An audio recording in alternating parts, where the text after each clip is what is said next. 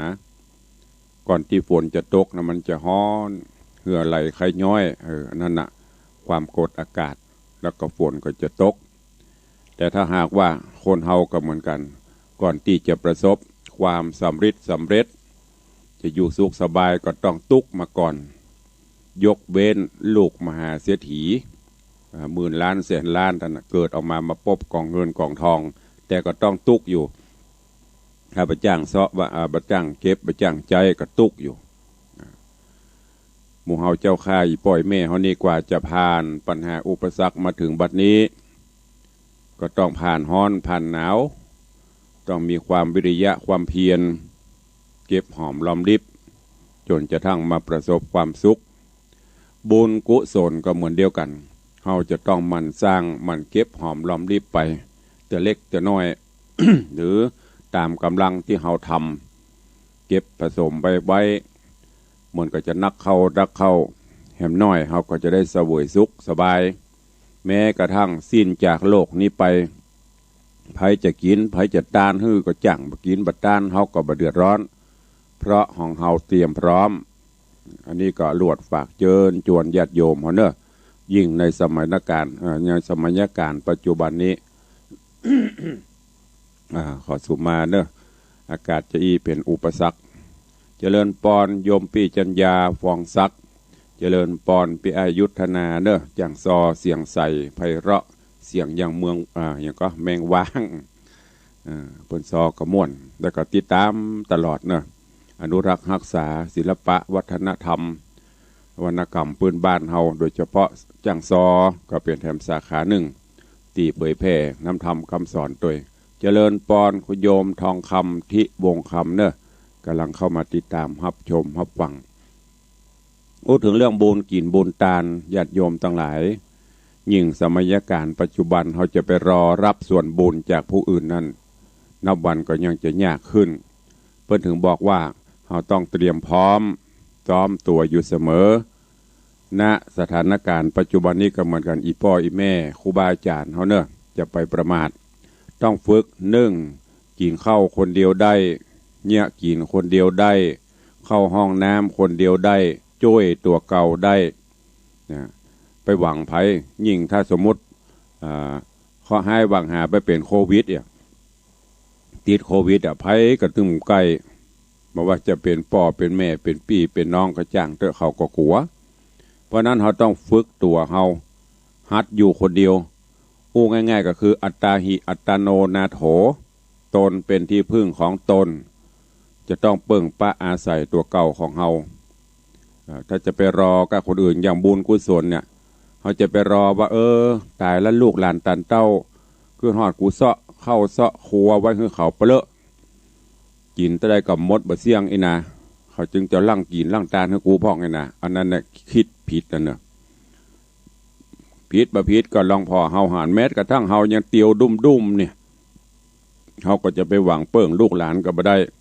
เพราะว่าเขาก็ต้องไปทำการทำงานเขาจะอ้างอย่างการงานแม้จะไปวัดไปวาประเดี๋ยวอีล่าไปส่งอันแม่มึงไปวัดวังสิงคำก็มั่ได้ไปแม่งานย่างบ่ได้แล้วก็ที่ไปอ่านบทความหรือที่เปิ้นส่งกันในไลน์น่ะที่ตุลุงเคยมาออกให้ฟังก็น่าคิด เปิ้นว่ามีสัตว์ในโลกมนุษย์เนี่ยมีในสัตว์บนโลกเนี่ยมีมนุษย์เนี่ยที่โง่ที่สุดเขาก็เกิดบังหานี่ไหวได้ง่าวที่สุดเป็นว่าเพิ่นว่าหมู่คนเขาเนี่ยเนี่ยการวัน8 ชั่วโมงสิงสารสัตว์เพิ่นเนี่ยบ่ถึงลูกลองพอไก่มันก็กินลุกกับพวกประมาณตี 4 ตี 5มันตื่นมามันก็ลงกรไปเสาะว่าหากินอิ่มมันก็นอนต่ำต้นไม้ต้นตอกพักผ่อนของมันไปมันหิวมันก็เสาะแหมขับมามันก็ขึ้นกรนอนเหมือนเก่าหรือสัตว์อื่นก็เหมือนกันของพ่อมันเล่นหนัวกันมีความสุขอย่างไปพอลิงอีวอกนะ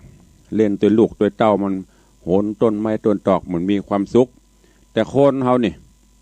ยการวัน8 ชั่วโมงเพิ่นว่าอันนี้ที่เพิ่นลงไล่ลงอย่างนะเพิ่นฮือเขาคิดนะก็น่าคิดเอามาพิจารณาพอก็แต่หรอยามเดียวเขาตื่นก็มาตี 3 ตี 4 ต้องสารวนการงานต่างๆนานาสปะสปันเจริญปอนต้อนรับเจริญปอนว่าถวายการต้อนรับตุปีจักรพันธ์พุทธวงศ์เนอะกำลังเข้ามาติดตามรับชมวันนี้ก็ขอถวายการต้อนรับตัวเองแล้วก็มีตุเจ้าหลานตุปีเบ็ดวัดต้นเพิงสลับปีแต่ตุเนอร์ตุปีจักรพันธ์พุทธวงศ์กวัดนมัสการครับก็กราบถวายการถวายนมัสการเหมือนกันครับมีโยมปีจงรักกำลังเข้ามาเนอะตอนนี้ทาง Facebook กำลังไหลขึ้นเลี้ยไทยลูกควายกันลูกกันมาแล้วเนาะแต่กี้เมาทำการทำงานกันอู้ถึงเรื่องของความเป็นอยู่ของหมู่เฮาเจ้าข้าทั้งหลายนะท่านทั้งหลายลองเปรียบเทียบพอช่วยตัวเก่าเฮาเปิ้งตัวเก่าเฮาถ้าเฮาไปเมาถ้าคนอื่นเปิ้งคนอื่นอย่างตีอูเฮาฟังเนี่ยตลอดระยะเวลาเฮาเนี่ยการนัก โยมปีเบญจพรใจคำเจริญปอนเนอะเฮาเนี่ยการกันวันละ7-8 ชั่วโมงถามว่าเนี่ยปานนี้ใดก็เพราะหวังอันน่ะ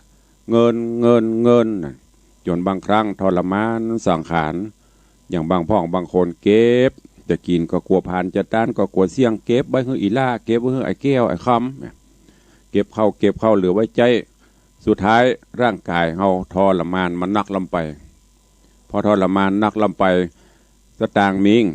แต่สุดท้ายก็ต้องเอามายาตัวเก่าเอาไปฮือหมอ อย่างเปิดว่าหาสตางฮือหมออดแอดหันนี่ก็เดินต้องไปหาหมอมันเข้าถ้าเกิดว่าโรคภัยไข้เจ็บมันนักสุดท้ายก็ต้องเอาไปยาตัวเก่าพอสตางเสี่ยงหรือบางเตื้อเสี่ยงก็ย่ำไปเตื้อนอนแตบแซบสุดท้ายมีอย่างสักอย่าง เพราะนั้นลองมาเปลี่ยนใหม่เนอะได้ยินเตียงเปิดสัมภาษณ์เพราะว่าระบบมันสร้างมาเฮือจะอีแล้วก็ย้อนอย่างที่ได้กล่าวเฮือญาติโยมทั้งหลายเฮาเมื่อก่อนมานั่นอีพ่ออีแม่เฮาเนี่ยบรรยากาศพอเพิ่นมีความสุขนะคนโบราณบอกว่าขอให้มีสุขมามีข้าวกิน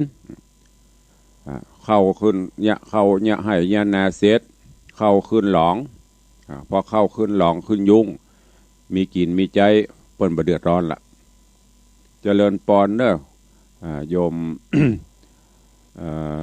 อย่างก็น้องดิบ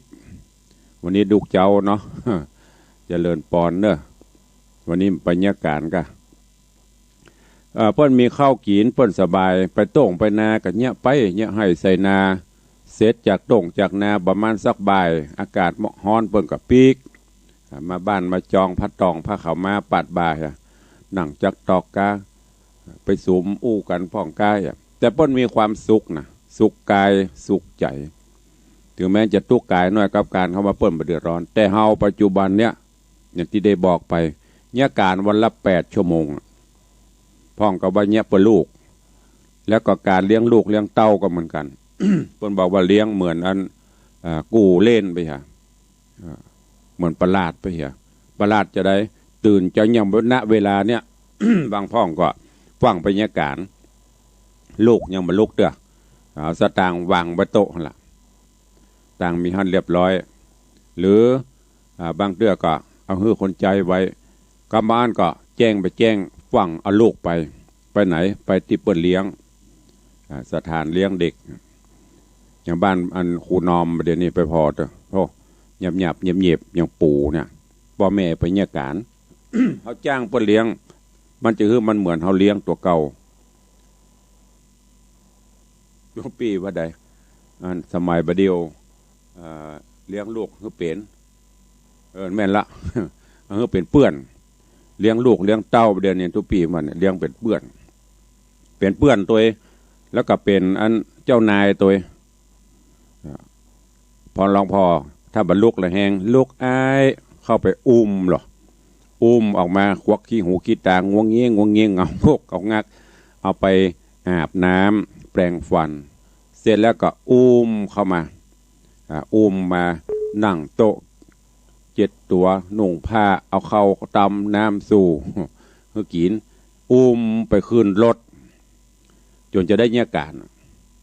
พอ3 โมง 4 โมงรถห้องไปแป๊บโล่นไปอุ้มลงรถเอามาเอาขนมให้กินเอานั่นให้กินของว่างของหวานก็เดี๋ยวก็เอาแท็บเล็ตโทรศัพท์ให้นั่งเล่นถึงเวลาก็ให้มันกินมอกตุ๊กตาเนี่ยอันนี้ยังดีนะเขาเลี้ยงเองนะแต่ถ้าไปเลี้ยงค่ำมากับไปฮับเนี่ยความผูกพันมันบ่มีเนี่ยเพิ่นถึงบอกว่าไอ้นะโอ้ฟังละซึ้งนะ เขาเนี่ยการเนี่ยใบเนี่ยบอดเนี่ยไปถามว่าทำไปเพื่ออะไรบางพองก็เพื่อความสุขแต่จะไปเพื่อมันเกินแต่กับบัตรนี่มันจะเฮือขี้ค้านนะโอ้อันกูแบบนี้อย่างสักอย่างนี่ไม่ใช่นะทำพอประมาณบริหารร่างกายให้ดีให้เวลากับตัวพ่องปล่อยวางว่างเว้นเหี่ยพ่องจะไปแบกหายใจเข้าก็สตังหายใจออกก็เงินเพราะปล่อยเฮืออย่างที่ตะวาที่ทำเรื่องมณีจันตะกุมารที่ แม่อย่างก็สีนวลแม่สีนวลลันจวนถามโอ้อีแม่ก็นึกว่ายักษ์มันมีที่ไหนยักษ์เหล่านี้ที่มันรุมมันกินก็คือกิเลสนั่นแหละกิเลสไปหันก็ไปปะใส่ยักษ์ไปนี่ก็ไปปะใส่ยักษ์แล้วอันที่ยักษ์ที่บอกว่าตอนที่ยักษ์จะสู้ฮบนั่นน่ะอันนี้เอาลวดเอามาสรุปให้ฟังหน่อยมณีจันตะกุมารตอนที่ยักษ์มันจะอันเนี้ยเพิ่นบอกคือพ่อพญาเอาดอกไม้หรือใบไม้เน็บหูเขาเนอะบ้องเขาคนของเขาเนี่ยเอาดอกไม้เน็บหูเน็บหัวหมายไว้ยักษ์จะบ่ได้อย่างฮื้ออันที่เอาดอกเน็บหูเน็บหัวก็คือเอาศีลเอาธรรมจะไปเอากิเลสตัณหาขึ้นมาเนี่ยถ้าเฮามีศีลมีธรรมเฮาบัดตัวตามกิเลสตัณหาเกิดขึ้นเมื่อตาหันถ้าตาหันตัณหาก็เกิด เพราะตัณหาเกิดก็ละเซาะบะมีก็หาบ่มาก็เซาะแล้วก็เกิดความทุกข์ขึ้นมาก็เกิดความเครียดเนี่ยวันนี้ยักษ์พวกนี้มันลุมกินเฮามีนี้ใครได้นั่นมีนั่นใครได้นี้กุ้มรุมเล้าสุดท้ายบ่ไหวเลยแห้งก็ต้องมีอันเป็นไปเนี่ยยักษ์งาบเข้าไปเพราะนั้นญาติโยมทั้งหลายเนอะ วันนี้ต้องสุมาเนอะเสียงบ่ค่อยปกติแฮมตลอดเสียงแหบเสียงแห้งก็ปฏิบัติตนปฏิบัติตัวไปวันนี้ตุลุงขอเป็นรายการสบายเนาะอู้จากันไปเพราะว่าทำก็เตดยบปริปุณนังไปละ13ผูก13กันกำลังจะเอาเรื่องใหม่ขึ้นวันนี้ขอเป็นวันสบายวันเบาๆเนาะอู้จากันตักตายกันตึงตังวิทยุแล้วก็เอาสรุปธรรมโดยรวมธรรมะสาระต่างๆมาอู้มาเอ่ยมาเตือนกับญาติโยมครูบาอาจารย์ที่ได้ฟังตัวเองเจริญปอนเนอะโยมปี้ ประวินรัตน์โยมปี้ประวินรัตน์ก็กำลังเข้ามาโอ้ของแม่หายไวๆเนอะหันมาได้กับปีอยู่เฝ้าไข้หงยาหายไวๆขอคุณพระคุณเจ้าคุ้มครองได้ปิกบ้านปิกจองไวๆเนอะก็คงจะดีขึ้นอาการดีขึ้นก็รวดถือเป็นการพักผ่อนเนอะพี่สาว เป็นการพักผ่อนตัวถ้ามันก็ได้ไปตะลอนแดดฮ้อนแดดไหม้ก็ไปนั่งอย่างที่เฮาหันนั่นนะอยู่เฝ้าแม่ตัวได้มาตาปิตุดูแลพ่อแม่ตัวเองแล้วก็ได้พักผ่อนไปในตัวจะไปเครียดไปกึดนักเนอะอย่างที่ตุลุงบอกเนี่ยบ่เลอะละหลอกสตางค์เก็บไว้จะนักล่ะก็อนุโมทนาตัวเองโยมปีจักรพันธ์ก็วันนี้ถ้าจะบัตัด วันนี้ถ้าจะบัตัดอันแย่เนาะท่านนี้ว่างกับบัตัดในวังพ่อเนอะ เจริญถวายการต้อนรับตุปีเอ็มเนอะตุปีเอ็มก็กำลังเข้ามาวันนี้ครูบาอาจารย์เข้ามาหลายรูปหลายองค์ก็ต้องขอกราบขอบพระคุณนะวันนี้ขอเป็นสบายเหี่ยสักชั่วโมงเนาะสบายสักชั่วโมงหลังจากกุฏิแม่เจ้ากันนะโมวันนี้ชั่วโมงนี้ขอสบายเดียววันพุธเข้าสู่โหมดปกติในเรื่องของมโนราปิ่นแก้วเนอะอีแม่จังถามแต่ว่าแม่อันปราณีก็ถามเตดอันนั้นกำลังสรุปจบอีแม่ถามแล้วจะเอาเรื่องอะไรอย่างมาเตดต่อบอกไปเลยเรื่องต่อไปมโนราปิ่นแก้วแสดงโดยตุลุงในวัง ก็อุจาภาษากันวันนี้เอาเป็นบนห้องอย่างก็สบายสบายสักวันไม่ได้เครียดกับมันก็โรคภัยไข้เจ็บช่วงนี้ก็ขอให้ระมัดระวังกันเด้อมันมาแล้วมโหตั้งเจียงไฮ้ตั้งพะเยาไปลำไปมุนทุปีจักรพันธ์อย่างตุลุงเดลต้าแต่ว่าหันข่าวเชียงใหม่มาแล้วมีประมาณ10 รายละ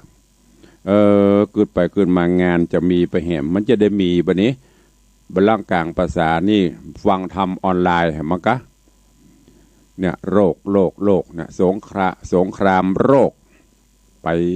บึดกระยานั่นมาประเดี๋ยวนี้ฉีดไป2 เข็มแล้วยังจะเป็นจะได้ก็บ่ฮู้ แต่ก็ป้องกันไปฉีดเห็นเนอะ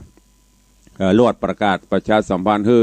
ครูบาอาจารย์ท่านเจ้าพระเจ้าพระสงฆ์องค์เนรเฮาเนอะวันที่15อีกรอบสุดท้ายที่หอประชุมโรงพยาบาลมหาราชเนอะเพิ่นจะฉีดยา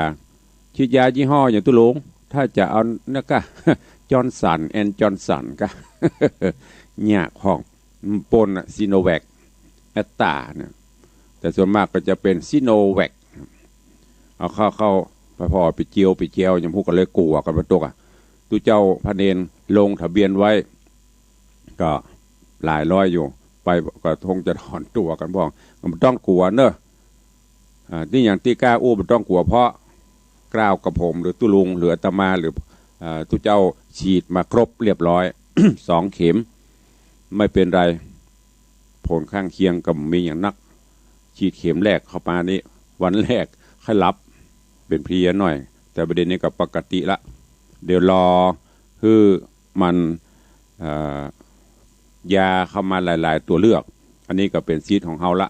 เพราะเฮาเบื้องต้นเฮาฉีดแล้วหรอครบ2 เข็มที่3ที่4จะเป็นยี่ห้ออย่างก็ไปซื้อเอาคนเดียว พอตะวาเปิดจองที่โรงยาดูเหมือนจะเป็นโรงยาเชียงใหม่รามกับที่ไหนครับพ่องมดลึงคนต่อแถวยาวจะเป็น6 กิโลพุทธธรรมโมสังโฆ เนี่ยแสดงถึงบ่งบอกโคตรเฮาก็กลัวตายแล้วนะ แต่ถ้ามองถึงสัจธรรมคำสอนของพระพุทธเจ้าอะไรจะเกิดมันก็เกิดอะไรจะดับมันก็ดับถึงเวลาที่จะต้องไปฉีดก็ตายบ่ฉีดก็ตายถึงเวลาที่จะต้องจากจะใดก็ต้องไปอันเนี้ยตุลหงก็จะถือยะแต่ก็บ่เฮาบ่ประมาทนะไม่ใช่ว่าบ่ฉีดอะมันถึงตายนี่นะก็มันจะตายวันนี้มันตายวันต่อไปก่อนพ่องสืบไปตายด้วยธรรมชาติด้วยธรรมดาที่กรรมมาถึงนั้นเฮาว่าแต่ถ้าไปติดไปอย่างของเปิ้นไปว่าโรคกรรม อันนี้ถ้าภาษาครูบาอาจารย์กรรมฐานมุนี้เปิ้นก็จะว่าเป็นโรคกรรมภัยกรรมมันนี่นะมันถึงบางคนเปิ้นก็ถ้าเฮาเกิดว่าอย่างไอ้เตียวไปจะมาบางคนเปิ้นก็เป็นแต่มันเป็นกรรมของเฮาที่จะต้องมาติดประชากรจะเป็น6-70 ล้านมันก็มีพ่องแต่ตุลงโอจีบ่ได้หมายถึงประมาทนะใส่หน้ากากพกเจลล้างมืออยู่เว้นระยะห่างจะไปประมาทเป็นยันหน้ากากกับใส่เปิ้นไอใส่ขะลงนะอันนั้นเรียบร้อยนี่ก็เกี่ยวกับโรคระบาดตัวซึ่งเนี่ยอย่างที่ได้บอกไปเปิ้นพุทธทำนายไว้ในอนาคตการสิ่งที่บ่หารเฮาก็จะหารสิ่งที่บ่ฮู้เฮาก็จะฮู้สิ่งที่บ่เคยได้ดูก็จะได้ฮู้ได้หันกันเนี่ยมันจะเกิดขึ้นมาพ่อผีซ้ำดำพลอยที่สมุทรปราการโอ้โรงงานระเบิดบ่ฮู้ว่าตะกี้บ่ได้พอข่าวดับหรือยังบ่ฮู้แต่คืนนี้ 2-3 ทุ่มประกายไฟโชติช่วงชัชวาลต้องอพยพหนีออกจากที่รัศมี 5-6 กิโลถ้าอยู่อย่างในเวียงนะหมู่วังสิงคำนี่ย้ายตุเลิงย้ายเพราะจากในเวียงมันนี่ก็ประมาณ5 กิโล 5-6 โลประมาณนั้นโดรัศมีมันไปไกลอันเนี้ยที่บอกย้ำเตือนอย่าประมาทอะไรก็เกิดขึ้นได้ อากาไอโรคโควิดนี่ก็ปวดโทพอเป็นบ้าเป็นบอกัละพี่น้องต่างสมุทรปราการต่างอย่างก็หูจักเบิ่งกันหลายวัดอยู่วัดกิ่งแก้ววัดอย่างพวกเนี้ยก็ต้องอพยพเนี่ยใครไปนึกว่ามันจะมีขึ้นก็เกิดขึ้นมาแหมตังวันนั้นหันข้าวอะไรอย่างญี่ปุ่นหรืออะไรอย่างเนี้ยพอเนาะอยู่ๆแผ่นดินสไลด์ถล่มไหลล่มลดลางบ้านจองคนบอกว่าเรียบร้อยบนอะไปไหลล่มอันเนี้ยโอ้ก็พอไปฟังไปถ้าอู้ไปก็จะเครียดจะน่าสลดใจฮะมั้งแต่เฮาก็เตรียมพร้อมซ้อมตัวซ้อมกายซ้อมตายไว้อยู่เสมออย่างที่บอกจะกลัวก็ตายบ่กลัวก็ตายนะเพราะมันถึงมีไข่ป้นมนุษย์เดินดินสิ่งมีชีวิตย่อมเป็นไปตามนิมดอันนี้จังทุกขังอนัตตาเกิดขึ้นตั้งอยู่ดับไปทุกคนมีแต่มันจะไปสภาพใดท่านเฮาโมโหวันนั้นก็ฝากไว้เนอะก็ประเมินก็จะเข้าภาษาละพักผ่อนอิริยาบถ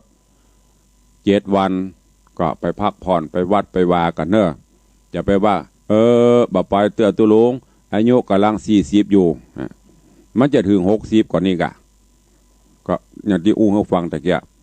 เฮาโมโหวันตายของเฮาจะไปประมาท7 วันในก็พักเหียพักบ่ไปวัดก็อยู่บ้านก็ได้ปฏิบัติธรรมที่บ้านก็ได้ที่ไหนมันสัพพยะก็ว่าไปจิตใจน่ะสำคัญใจเป็นนายกายเป็นเบาทำจิตใจให้บริสุทธิ์ผุดพองไม่ต้องไปเครียดไม่ต้องไปอย่างกับมันล่ำไปจะไปคืดนักถ้าคืดนักแล้วก็เดียวร่างกายก็จะเสื่อมโทรมเมื่อร่างกายเสื่อมโทรมกำนั้นจิตราชใจเขาก็ห่อเหี่ยวสุดท้ายก็เผาเปิดหือไปวัดไปวาพักย่างเขาก็พักแห่กรรมหิไปเตอะหาไปเตอะมันก็ตื่นโมอะนะแล้วก็ในสถานการณ์ช่วงนี้การใจใจก็จะไปสู่ลุยสู่ไล่เมื่อก่อนนั้นโอเคอยู่แต่ปัจจุบันเนี่ยหันโทรศัพท์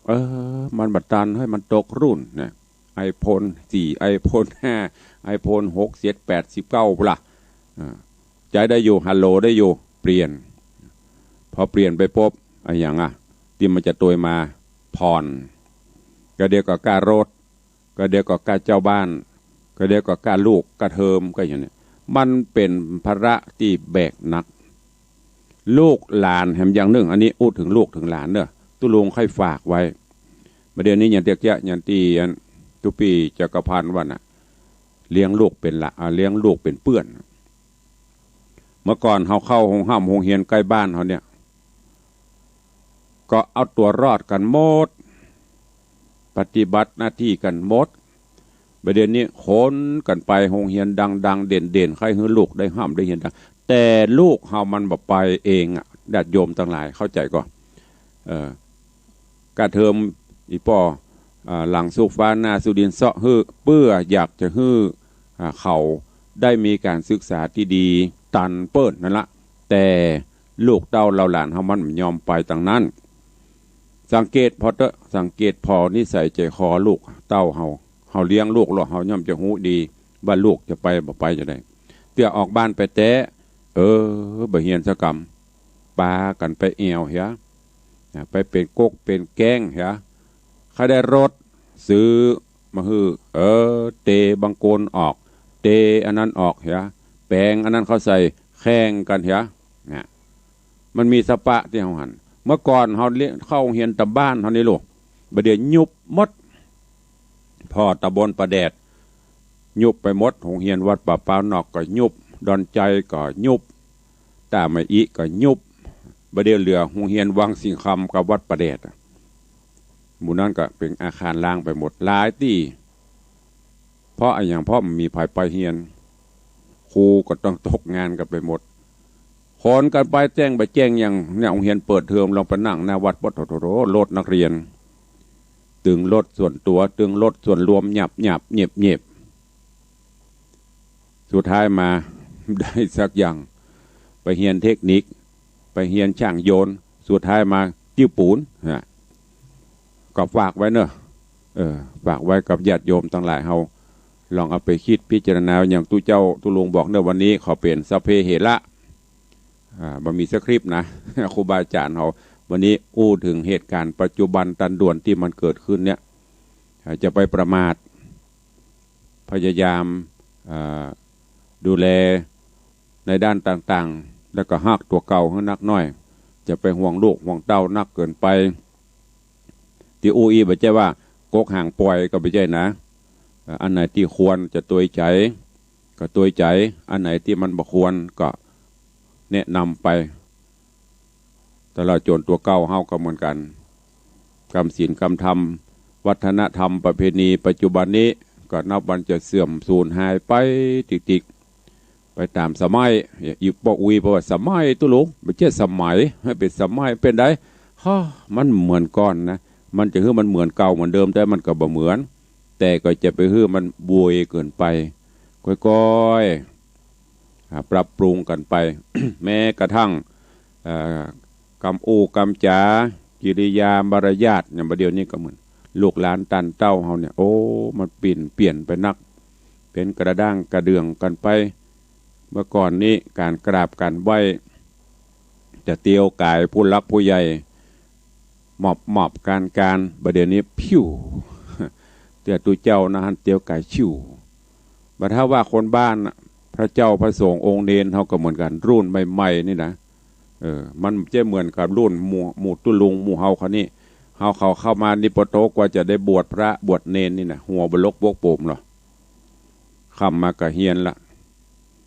เปิ้นห้ามเปิ้นบะมีมันยุคนั้นมันกับบะมีโทรศัพท์บะมีมือถืออีเตอร์อันนี้อู้เล่าความหลังให้ฟังคำมากระเฮียนหนังสือเริ่มแรกเข้าวัดป๊บนะครูบาอาจารย์เปิ้นจะสอนตั้งแต่ความเป็นอะไรอย่างก็ขโยมคำว่าอ่อนโยมอ่อนความว่าโยมเนี่ยมันต้องอ่อนโยนอ่อนไว้สอนกราบเบญจางคประดิษฐ์นี่ในอันนี้ส่วนตัวนะก้าวแรกที่เข้าวัดเป็นขโยมเป็นลูกศิษย์เพิ่นจะสอนตั้งแต่ประเคนตุเจ้าหลวงเพิ่นจะขึ้นไปเอาจอกอีเกอร์นะรู้จักเนาะจอกอีเกอร์นะจอกอลูมิเนียมตะก่อนเอามาสัก3-4แกนหรือมากกว่าถ้วยเอามาสมมติว่าเป็นของที่เขาจะน้อมประเคนแล้วก็กราบเบญจางคประดิษฐ์เบญจางเบญจะแปลว่า5นั่นก็คือศอกทั้ง2เข่าถึง2หน้าผาก1พอกราบบเดียวเหมือนจะกากระงอกหัวบอกว่าตุเจ้าพระนายอันนี้ว่าสื่อๆนะครูบาอาจารย์ที่เข้ามาชมมาฟังนี่ก็เหมือนกันแต่หมู่เฮานี่คงจะดีแต่ลูกทิศลูกหาพระเนรรุ่นใหม่กราบกระงอกเตี้ยกันหน้าผากมันจะลดพื้นศอกกระแบะปัดได้ก็มีเพราะอะไรอย่างเพราะอาจจะไม่ได้สังเกตหรือครูบาอาจารย์เพิ่นแนะแต่ประจำบ่เอาเนี่ยกราบก็บ่งามบ่ดีกราบแบบฝังยิ่งอย่างคนเฒ่าคนแก่เขาถ้าบ่เคยกราบการกราบเบญจางคประดิษฐ์ได้อย่างก็ถ้าอู้ถึงส่วนร่างกายนี้ได้นักเอวเขานี่จะไปเจ็บแต่บางคนกราบตะแป๊บเอ็นมันไปยืดไปยืดเหมือนเขาก็เลยติดเป็นนิสัยเตี่ยหันกันกับบ่ใครไหวใครสากันไปละถ้ายิ่งเฉพาะพระเจ้าพระสงฆ์องค์เนรนี่เปิ้ลจะนับถือกันในด้านพรรษาเปิ้ลมาเอาอายุแต่โดยลึกๆเฮาหันพระเจ้าครูบาอาจารย์ตนเท่าตนแก่เปิ้ลได้กี่ภาษาบอกว่าเฮากับไหวสาเปิ้ลถ้าเปิ้ลถามเปิ้ลหูวินัยเปิ้ลจะบอกโอ้บ่ต้องไหวผมครับผมกำลังบวชกำลังได้กี่ภาษาอันนี้เปิ้ลจะหูเนี่ยการไหวการสาการอย่างต่างๆมันผิดมันเพี้ยนมันเปลี่ยนไปหมด การประเคนยูเอานี่ยิงประเดี๋ยวซ้ำยิงสมัยใหม่ ครูบาอาจารย์หลวงพ่อโอ้ประเดี๋ยวจะได้ฉันเข้านี่มันจะง่ายๆนะตานหันเข้ากำลังจะหับประเคนเดี๋ยวตุลุกเดี๋ยวก่อนนี่อย่างถ่ายรูป ถ่ายรูปลงเฟซตั้งแต่ประเคนตั้งแต่กรวดน้ำก็เดี๋ยวเซลฟี่นะโอ้โหแล้วเตี้ยก็ใบยิบประเคนใบยกหนูการประเคนกับมันการเปิ้ลเฮ้ยยกขึ้น2 มือห่างจากพื้นคนโบราณเปิ้ลว่า หมอกแมวรอดได้แมวมันตัวบ่สูงโลไม่ใช่หมอกม้ารอดได้นะท่านหมอกนาปุ่น ท่วมหัวปุ่นหมอกแมวรอดได้ก็คือประมาณคืบหนึ่งยกด้วยอาการอันสำรวมสองมือถ้าเป็นแม่ยิงก็ยกขึ้นวางบนผ้าตุเจ้าแต่ถ้าบ้านเฮาตีปองหู้จักกันมันก็อนุโลมได้แต่ถามว่าผิดไหมก็ผิดภิกษุจับต้องเนี่ยมันก็ผิดวินัยน้อยๆแต่ถ้ามันถูกต้องก็เนี่ยถูกต้องนั่นแหละหยาดน้ำกรวดน้ำอันเนี้ยเป็นวัฒนธรรมประเด็นนี้มันนับจะหายนับจะก้อยๆเลือนลางไปดังนั้นเจ้าวันนี้เนอะก็เลยเอามามาจ๋ามาเล่าสบายกันเฮียสักเจ้าเนาะหลังจากที่กูเตือแจ้งมาแจ้งกันนะโมไปเป็น40 นาทีปุ๊บ กว่าจะได้กันสัก4-5วันนี้ก็เลยสบายสไตล์ในวัง วังไหนวังสิงห์คำอันนี้ครูบาอาจารย์ท่านเจ้าอย่างนี้ธนชัยหรือท่านันชัยเนอะถ้าอ่านผิดก็สุมาแต่ตั้งหลังนี่ชัยแน่นอนนะ SHAI อะไรอ่านภาษาอังกฤษได้อยู่แต่แปลอ่านเป็นเต็มอ่านได้อ่านบัดย่างเมื่ออ่านเป็นตัว H ตัว S ตัว A ตัวอย่างนี้ได้อยู่ก็ยังได้เฮียนอยู่โล A B C D E F อ่านได้อยู่แต่ทำมาผสมแล้วอ่านบ่ได้ไม่รู้ ไปเฮียนสักกรรมดีกะฮะถ้าจะได้เอามาอ่านให้เปิ่นเดี๋ยวไปต่างประเทศเป็นจอกเปิดจะได้พ่องก็มาปอควรเนาะเวลากับเวยวันนี้สบายม่วนไม่ได้เครียดได้อย่างทางครูบาอาจารย์ที่เข้ามาตั้งในเฟซเนาะมีอันใดจะฝากหรือจะเซลเยอะก็ได้พิมพ์ไปเถอะก็เดี๋ยวจะไปอ่านพอคนเดียวมีอย่างจะแนะนำก็อุจาไป ก็วันนี้ก่อนที่จะอู้จ่าประสานน้ำไม้ตักตายกับญาติโยมทางวิทยุก็ขออนุโมทนาประชาสัมพันธ์ข่าวสารเนาะที่วัดวังสิงห์คำเนอะญาติโยมศรัทธาเฮาก็จะมีงานส่งน้ำพระธาตุประจำปีพุทธศักราช 2564 ใน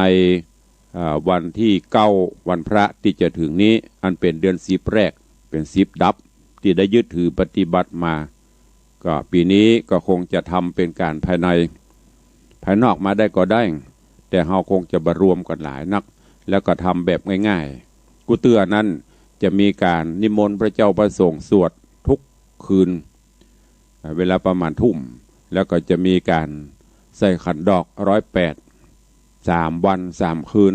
มีการแสดงกันและเล่นสมโพธิแต่ปีนี้ยกยอดมาเป็นภาคเช้าเจ้าแต่นำเจ้า8-9เอามาเจ้า9 โมง 10 โมงนะภาคเช้าก็คือ7 โมงครึ่งพระเจ้าประสงค์ขึ้นศรัทธาเฮาพร้อมประมาณ 6-7 โมงก็มาวัดพร้อมไหว้พระหับศีลเสร็จ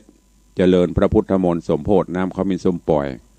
เสร็จเรียบร้อยแล้วก็ถวายเข้าป่าอาหารถวายอย่างต่างๆเสร็จทุเจ้าก็จะบิณฑบาตเสร็จก็ลวดน้ำขมิ้นส้มปล่อยไปสละสลงส่งพระธาตุเจ้าเจดีย์แล้วก็ทานข้าวต้มก็เป็นเซตพิธีในการส่งน้ำพระธาตุปีนี้เนอะแล้วงานมหากุศลวันรวมญาติรวมพล FC แฟนรายการเจริญปอนตั้นอนุศาสตร์อัศนัยวยนนท์เนอะกำลังเข้ามาสาธุอนุโมทนาบุญเนอะขอให้ได้หลายๆดาวไว้ในส่วนของแหมงานนึงก็คือ10 กว่าปีมานี้ตุลุงได้ยึดเอาวันที่21 สิงหาอันเป็นวันอายุวัฒนมงคลครบรอบวันเกิดเป็นวันรวมพลรวมญาติธรรมของรายการมรดกธรรมกับเมืองก็จะมีสาธุชนญาติโยมมาร่วมกันนักขึ้นกุปีปีนี้ก็วันเสาร์ที่21 เดือนสิงหาคมนี้ก็กำหนดไว้แต่พิธีการต่างๆดูไปตามสถานการณ์ ถ้าสถานการณ์มันลดลงโรคระบาดยังก็ยุติหรือว่าคลี่คลายไปในทางที่ดีเขาก็จัดไปตามปกติแต่ถ้าหากว่ามันมีเหตุการณ์ยังบ่คลี่คลายดีก็ไปตามสภาวะการเนอะแต่วันที่21นั้นมีงานอยู่แล้วก็จะลวดยก ยอดฉัตรทองคำเจดีย์ที่เขาได้บูรณะปฏิสังขรณ์ปรียอดหรือว่ายอดฉัตรสูงสุดทำด้วยทองคำโยมจันเพนจันฉายจันสายมันจะฉายเนาะจันสายแปลงหลวง เจริญปอนเนอะที่ยอดฉัตรทางสูงสุดสร้างด้วยทองคำประดับด้วยพลอยบนห้องอย่างก็พลอยบุษราคำทองคำน้ำหนัก9 บาทพลอยบุษราคำแถม9 เม็ดอันนี้เป็นประดับยอดฉัตรสูงสุดจะได้อัญเชิญขึ้นประดิษฐานไว้ในบวรพุทธศาสนาบนยอดฉัตรในวันที่21เนอะก็ลวดประชาสัมพันธ์เจิญจวนทุกท่านตัวก็วันนี้ขอกราบขอบพระคุณในเมตตาปรมีธรรมของท่านเจ้าอาจารย์พระครูสถิตเจติยารักษ์ท่านเจ้าอาวาสวัดเจดีย์แม่ครัวอำเภอสันทรายได้ร่วมโมทนาบุญกับวัดวังสิงคำในงานส่งน้ำพระธาตุเป็นจำนวนปัจจัย2,000 บาทนี้โดยผ่านสายบุญโยมแม่จันดีวิสุทธินันท์ได้แจ้งมาก็ต้องขอกราบขอบพระคุณเนอะในบารมีของท่านอาจารย์พระครูสถิตเจติยารักษ์ทุเจ้าเปิ้นก็ทำนะมันเจกญาติโยมเนอะทุเจ้าก็ต้องทำบุญของทุเจ้าไว้แล้วก็วัดเจดีย์แม่ครัวเปิ้นก็กำลังสร้างกุฏิส่งหงหลวงท่านเจ้าหลวงพ่อเปิ้นก็ไล่ให้พอลิงให้พอตลอดก็เกือบจะเสร็จละนั่นอย่างแขวนประวัติเจดีย์เงินปอเสลอลากเล่น อันนี้เสียวท่านเจ้าเล่นๆนะก็ขอกราบขอบพระคุณในเมตตาบารมีเนอะของท่านอาจารย์เปิ้นดูเข้าชมถึงวันแล้วก็ได้ร่วมบุญมาในงานส่งน้ำพระธาตุหรือว่าบูรณะพระธาตุปิดทองพระธาตุในส่วนปิดทองก็ยังรับบริจาคอยู่รวมมา 2,000 บาทขออนุโมทนาบุญขอบคุณด้วยเจริญปอนโยมตู่เนอะกราบไหว้สาครับเจริญปอนพอเลี้ยงตู่ก็เข้ามาช่วยกันเนอะวันที่21 สิงหาคมเพื่อสมทบกองทุนนิธิวิสิตศิลาภรณ์ตามเป็นประจำทุกปี11 ปีเข้ามาละที่เขาจัดกันนักพ่องน้อยพ่องตามสถานการณ์เนอะแล้วก็นอกจากนั้นขออนุโมทนาบุญปฐมฤกษ์บุญงานวันอายุวัฒนมงคลขอบคุณอนุโมทนากับโยมแม่ปราณีพยัคฆ์ไคหพลพร้อมครอบครัว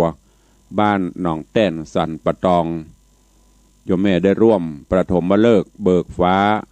เป็นเจ้าภาพพระป่ากองทองจำนวนเงิน 10,000 บาทเพื่อสมทบกองทุนนิธิวิสิตศิลาภรณ์มุทิตาสักการะวันอายุวัฒนมงคลวันเกิดตุลุงเนอะตอนนี้ก็เปิดบุญใหม่เนี่ยกองทุนนิธิญาติโยมที่ฟังอยู่จะร่วมก็เจริญปอนเจิญเนอะสุดแล้วแต่จิตเจตนาศรัทธาเป็นถ้าภาษาบ้านเฮาคนบ้านบนเฮาของขวัญ ของขวัญวันเกิดแต่ว่าจะได้อย่างก็สุดแล้วแต่วันที่21 เดือนหน้าเป็นวันอายุวัฒนมงคลมาบ่ได้ใครห่วมตังออนไลน์โอนก็จะได้ก็สุดแล้วแต่สะดวกสบายเนอะตอนนี้กำลังได้รับเมตตาปฐมฤกษ์เบิกฟ้าจากโยมแม่ปราณีพยัคฆ์ไคหพลก็เดี๋ยวพ่อเลี้ยงก็จะโตยมาละตึงวันที่หอมนั้นหอมวัดหรอ หอมวัดเข้าวัดส่วนตัวนี่ยังไม่ได้หอมเตี้ยมีพ่องไม่ใช่มีเขาได้โทรศัพท์เปิ้นก็คือใจส่วนตัวก็มีอยู่แต่นักลักๆนี่เปิ้นหอมกับวัดอันนั้นเอาไปจ่ายบ่ได้จ่ายเดี๋ยวโดน ต้องลงบัญชีทุกบาททุกสตางค์แต่กองทุนเนี่ยไปไหนก็พัฒนาวัดเหมือนกันนะแต่อยู่ในอำนาจการสั่งจ่ายของตุลุงจะแปลงหั่นกาจะซื้อต้นไม้กาจะแปลงให้นั้นเนี่ยพ่อบ่ได้ไปเลี้ยงบ่ละป้อก็มามีแม่ก็มีไปหมดล่ะนี่ก็พอออกไม่ออกศรัทธากับวัดวาอารามเนี่ยกำพร้าป้อกำพร้าแม่หวังเปิ่งพี่สาวส่งข้าวแดงแก่ฮ้อนพี่สาวก็ละไปปุ่นทำวะ จีไปปุ่นละถึงวันนี้ก็มีอย่างอัตตาหิอย่างบอกตะเกียพระเนนไปไหนก็อยู่ไผอยู่มันไปแต่ว่านี้มือเพนไม่มีอะไรก็ข้าวสวยร้อนๆ คลุกด้วยน้ำพริกตาแดงจบไปเจ้าน้อมมีอย่างกับมาม่าจบไปอยู่ไปเลี้ยงข้ามหนอมไม่มีภัยเฮาจะมีครอบมีครัวมันบ่หรอมอกว่าศรัทธาบนอุปถัมภ์อุปถากข้าวแดงแกงฮ้อนก็ส่งมาฮื้อไผไปส่งมาก็ทำเองหม้อหุงข้าวหุงไป มีอย่างก็ใส่เข้าไปเปิ้นเตือมาฮื้อหรอน้ำพริกปลาย่างน้ำพริกตาแดงหุงข้าวฮ้อนๆสดมาก็คลุกเข้าไปกับฉันเข้าไปฉันเพื่ออยู่อันนี้เล่าให้ฟังใครจะร่วมโมทนาบุญก็เชิญเนอะเอาละเหลือเวลาแถมน้อยเปิดจ๋าภาษาหน้าใหม่วันนี้ไปว่ากันเด้ออย่างตุลุงบอกขอเปิ้นห้องเนี่ยสบายเห็นสักวันจ๋าตักตายกูเตือเปิ้นเข้ามาโลตังFacebook บ่ได้ตักได้ตายเมากันนะโมวันนี้ได้ตักได้ตายกันคู่ทั่วทุกเสียงทุกสายตัวเองเจริญปอนแม่เลี้ยงทัดพิชาสุสิงคำว่าฟังอยู่เด้อนมัสการให้ครูมาเป็นกำลังใจยามเจ้าวันนี้มาเตกเนาะสาสาและตัญญางเนาะย่างพ่องเนาะมีท่านอย่างเนาะครูมาให้เป็นกำลังใจท่านนึกว่าอย่างก็มีอย่างก็กินกันไปกับช่วงโควิดเนี่ยเนาะนึกว่าจะเอาต้นที่3ต้นที่2อีกเซลเล่นได้อยู่แล้วไม่มีปัญหาจะเลินปอนสาธุ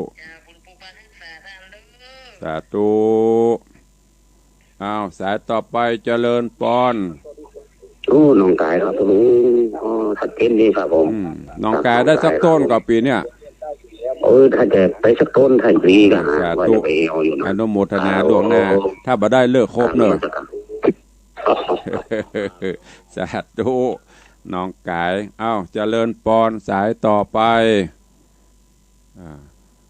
โยมตู่ยังอยู่ตั้งในเฟซยังอยู่ที่โยมตู่อยู่กำลังสายสุดท้ายใน Facebook ตะวาสุมาเนอะเพราะว่าตะวานี่ Facebook มันขี้ค้านแต่เตดอยู่นะตะวาเจริญปอนสบายเนาะวันนี้สบายอย่าสักเจ้าสบายก็ผ่อนคลายพ่องเอ็มเอียเนี่ยกันหน้ากันว่าจะรักษาสุขภาพเนอะแฮมมันนี่มันได้แฮมดีใจจะได้ต้นมันมีได้หลายต้นอีกได้หลายต้นได้แน่เนาะเอาเลยบ้านเฮาเนาะอยู่ไหนอยู่วันนี้ไปงานอยู่กะมางานอยู่ส่งของแล้วก็เลยเข้าบ้านเหมือนกันนะครับสาธุบุญรักษาเด้อไปสากำลังใจครับได้ยินเสียงก็ดีใจแล้วครับไปสาครับขอบคุณกับโยมประเลี้ยงธนวัฒน์มหาอุบาสกผู้อุปถัมภ์แม่เลี้ยงเสือใต้เจ้าสาธุวันนี้ฟังธรรมะบรรยายนะเจ้าจะเพิ่มกะบอกว่าเจ้าปีแล้วเจ้าภาพเก้ามาโอ้หนักแล้วปีนี้ดักปิ้งบินบ่อยเดียวมาเตื้อ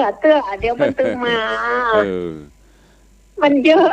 สาธุอนุโมทนาเด้อได้ประโมทดีเจ้าฟังได้หลายเรื่องดีวันนี้หลายรวมวันนี้แก่งแค่ต่อไปฟังแหมนะเจ้าธรรมะบรรยายสาธุอนุโมทนาเด้อเจริญปอนได้หลายขอบคุณโยมแม่ปราณีพยัคฆ์ไคหพลบ้านหนองแต้นเนี่ยเป็นกำลังประเดิมแรกต้นแรกปฐมฤกษ์ 10,000 บาทงานวันเกิดอายุวัฒนะมงคลวันเกิดขอบคุณตัวเองหน้าหนาวที่แล้วลูกขวายเนาะ หน้าหนาวที่แล้วรออยู่เนอะบ่อปลากำลังรออยู่วันนี้นายกไปไหนหมดเด้อมหันเข้ามานะลูกพี่ถ้าจะลูกขวายวันนี้0817836540 ขออนุโมทนาบุญขอบคุณโยมแม่เรือนคำจันทกุลโยมแม่เรือนคำจันทกุลสันทรายน้อยร่วมโมทนาบุญนี่ยอดชัด500 บาทเนอะขออนุโมทนาบุญตัวเองโยมแม่เรือนคำจันทกุลคือหลานอมตานแต่ว่าหลานก็เอาเปาะตัวได้แหมหน่อยแต่ได้หมูมีในขันไปอยู่ อันนี้ต่อยอดตัวอุ้ยเนาะสาธุเนอะโยมแม่เรือนคำจันทกุลแล้วก็มีโยมแม่สมพรพระคะวิวัฒน์บ้านขวนเวียงโยมแม่สมพรพระคะวิวัฒน์ขวนเวียงตะวาได้นำสำรับกับข้าวแล้วก็ปัจจัยถวายกับน้ำกับไฟ100 บาทสาธุอนุโมทนาเนอะโอ้ไปไหนกันหมดโทรเข้ามา0817836540ไอ้วันนี้มี3 สายมีแม่เลี้ยงพ่อเลี้ยงแล้วก็เสือใต้ นอกนั้นหายแสบไปไหนหมดเบิร์ดยมแม่จันดีจะนำปลาปัจจัยของท่านอาจารย์พระครูมาถวายมันตึงมีติยะเนาะอุ้ยเนาะมีแม่อุ้ยมอนจันคำว่า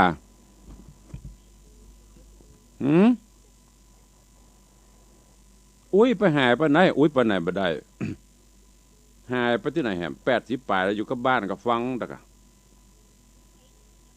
นั่นแต่ว่าคนโทรมันมีติยะเนาะมีแค่อุ้ยเหรอ สาธุนะอุ้ยมอนเนอร์อันพอดีมันได้เปิดสายของเพิ่นไม่ได้เปิดแน่มันตัดแม่สีนวลบ่ได้